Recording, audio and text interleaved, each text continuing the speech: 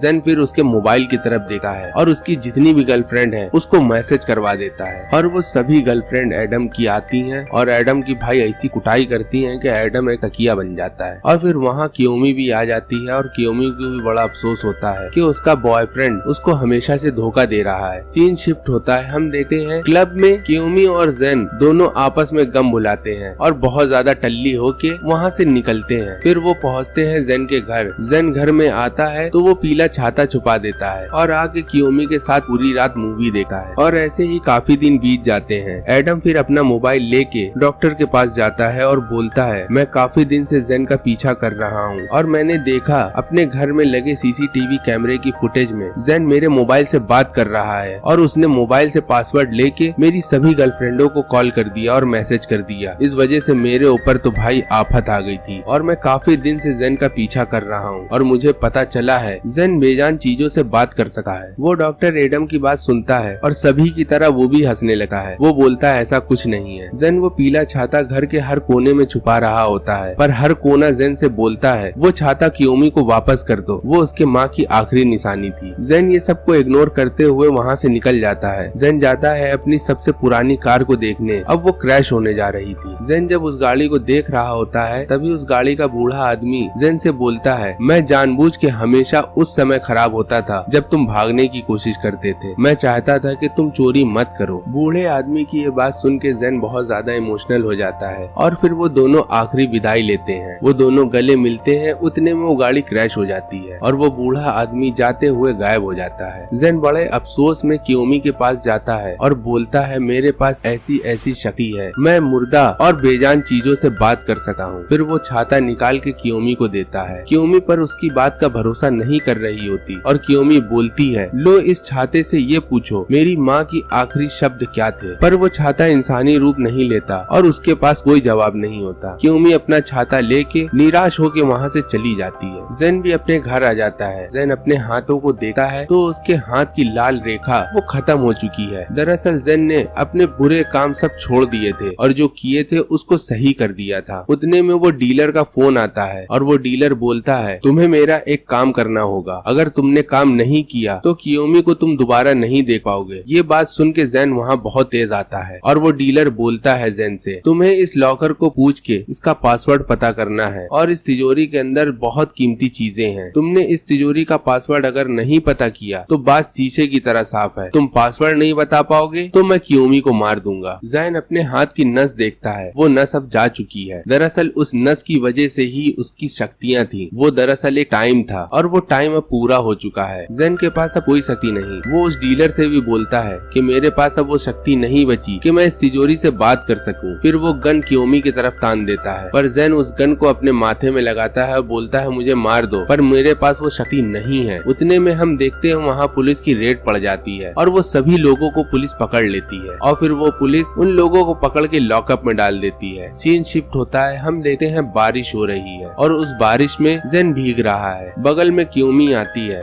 जेन के ऊपर अपना पीला छाता लगाती है और सीन शिफ्ट होता है पास्ट में, जब वो छोटे थे और साथ में रहते थे उस छाते के नीचे। और यहाँ होती है मूवी खत्म। अगर आपको ये मूवी अच्छी लगी हो तो आप इस चैनल को लाइक और सब्सक्राइब कर सकते हैं। आपको और अच्छे कुछ सुनना हो तो आप इस चैनल में विजिट करके बहुत अच्छी वीडियो सुन सकते हैं। मिलते हैं अगली वीडियो में। Good bye.